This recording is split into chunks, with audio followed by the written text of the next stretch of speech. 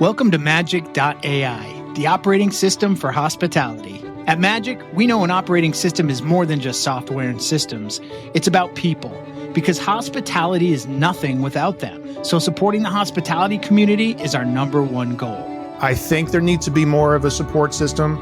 Like, you have to love this business and you have to love every aspect of it, including sharing tribal knowledge on what is successful and also tribal knowledge of what is a failure. Founded by lifelong experts, we're building the place where everyone in hospitality, from seasoned pros to first-timers, can gather, share, and grow together. Plus, we're crafting scalable tools and AI-supported software to boost your business. Dive into our vibrant community platform packed with meaningful conversations and robust tools and templates designed just for you. Need more? Our custom software solutions have got you covered. From recruiting and staffing to digital playbooks and dashboards, we're working on building a unique hub of resources unlike any other. Magic is your single point of origin for important conversations, accessible tools, valuable insights, and more. Join us at majc.ai. The evolution of hospitality is here. Is the term chef loosely used now? Is something that I just wanted to throw out there as a question to protect our industry and our trade.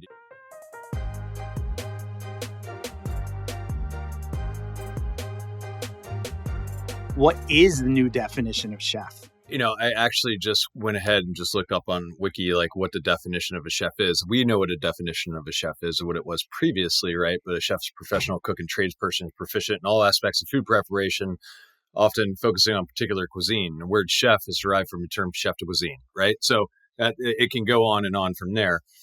And look, I'm not taking away from, segue from what Michael was just talking about, the chef influencer.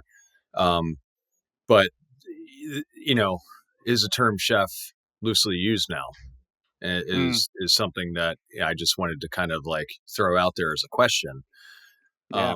To protect our industry and our trade, you know what I mean, and what we're doing. And I'm not trying to say that people who are out there maybe cooking at home and necessarily feeding people with the food that they're creating it for social media, but not to say that they're not creating recipes for somebody to then cook at home themselves. So they could essentially be training somebody else, right, in some ways, and influencing their creative process, right? So is that and now we've got a whole different kind of cadre of chefs too, right? We've got chef consultants like me. We've got, I don't have a restaurant right now. I definitely have some PTSD a little bit around, like, should I even be called a chef, right? Like, I don't have a restaurant. I don't have a venue per se right now. But if you're going as a consultant, and that stuff's all related, right? And lending knowledge as from a chef's perspective, then you by definition, right? If we're going to define the profession, then you are a chef, right? So what I think is interesting, if you look at, when Brian and I were on Top Chef, right? You take it all the way back to that period. Anything that we had done before that point in our career sort of was ignored. So it was almost like when we did Top Chef, that became our resume. Right. Those are those guys from Top Chef, not like Michael worked for Jose Andres and we both worked for Charlie Palmer. And like we both had really sort of done a lot of the work on that side of the industry, being in the right kitchens. I worked for Larry Forgione back in 1999, living in New York in a 1-2-bedroom apartment with 6 bunk beds inside of it that we had to like paint walls and clean on our days off. And that was our rent. Like, we were getting paid shift pay, $350 a week in New York. And I remember those days. There wasn't a safety net underneath us at that time when we were earning a wage like that. And so when our careers progressed, we looked at television as not, hey, I get to be on TV. I want to be on TV. I mean, if you look back at like how we sort of functioned on television, then it wasn't entertaining to the producers at the time that we were doing it because we were trying so hard to be serious chefs on TV. But then what we saw was an opportunity to actually be able to make more for ourselves in our industry, be able to reach more people, be able to do more and be able to have more opportunities. Fast forward to today, everyone wants to be doing that. And I think everyone, and I'll even say it, like I'm sure people were like making fun of us or those 2 fucking clowns from Top Chef, like they're TV chefs, they're not serious chefs and blah, blah, blah. Right. But like we had already been decades into our career and we're putting the work in. We saw it as an opportunity. I'll even bring up somebody like Marcel Vigneron, who, if you think back when he was on Top Chef, which was before us, he brought everyone saw him sort of bring molecular gastronomy or modern food, or he got labeled as that guy that was sort of doing something on TV in the food space that no one had seen before.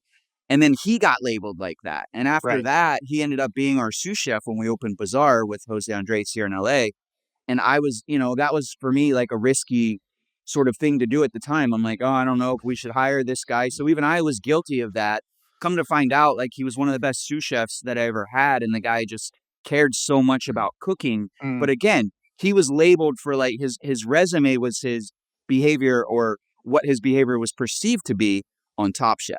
And now it's all mixed together. Now it's like, but it's interesting too, because I feel like some of it may be like generational perspective. Because I feel like when we were coming up, and you guys are a little younger than me, I think, but when we were coming up, like maybe there was that perspective of the chefs that we worked for, like being like, these fucking kids, like they've got it easy now. They can specialize on a station, or they can, they want to be a grill cook, or they want to focus on fish or butchery or this, right? Like in the old days, it was like everybody fucking does everything. Like you just, and that perspective has changed too. So I wonder if some of it is almost just kind of like we're getting older and we're now looking at like the industry through a different set of eyes. You know what I mean?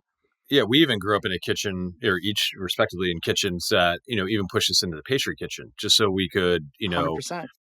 Really understand what it would mean to create synergy between the last savory course and the first sweet. So, we definitely grew up in kitchens that made you a well-rounded cook and chef. You're right. Like people now, can concentrate on one or so things and just remain focused on that. I think even beyond that, it was expected, at least when we were all growing up, the better your resume was, is the more people you worked for, right? That you didn't, you kind of made. But the list was also a lot smaller. Like when you think back to that time period, too. Like we were all saying the same names and we were all buying the same cookbooks. And there were people that were chefluencers back then, but they didn't have a platform to sort of use to get it out there. I mean, if you think about Alice Waters, you think about she represented a sort of a region or a style of cooking or a discipline, a genre. James Beard, Thomas Keller, you think back to even Jean-Louis Paladin. I mean, we as Chef Marco Pierre White, like we knew who these people were. And to us, they were already like rock stars, they were already famous chefs.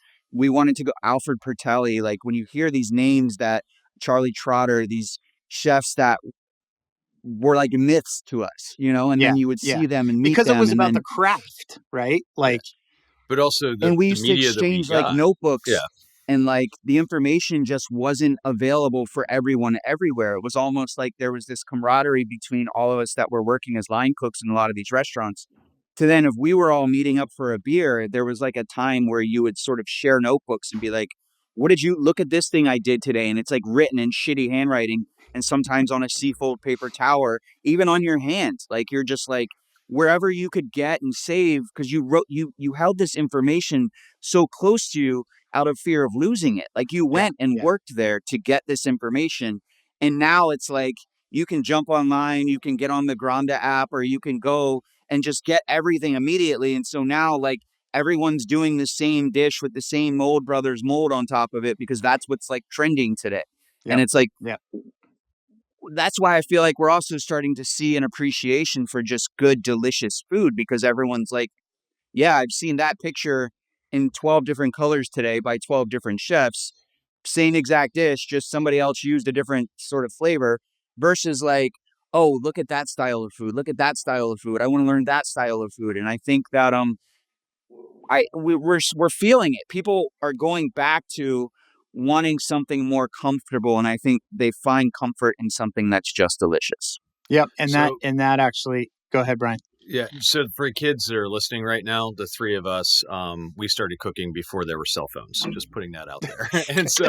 And even beyond that, like our media back then was Food Arts Magazine, Art Culinaire, maybe, and the New York Times and the Chicago Tribune, like, the food sections, right? And your LA Times. And that would be like what we got, and that Yep. was it. Other than what Michael Yep. was just describing, where you're sharing notes with colleagues and friends and people that you've worked with. A new kid comes into onto the line. You're like, whoa, where did you work? Oh, you worked at Danielle. Okay, cool, man. Like, what did you guys do there? Like, let's go hang out. Let me download as much as I can. And, Totally. even if you never got a chance to go work there, right? Just like, what Yep. was the experience like? And you would try to live And I through would argue their too that experiences. that being a chef, a huge part of it is actually not just the technique and not just the skill set and not just the ability to create great food. It's understanding hospitality.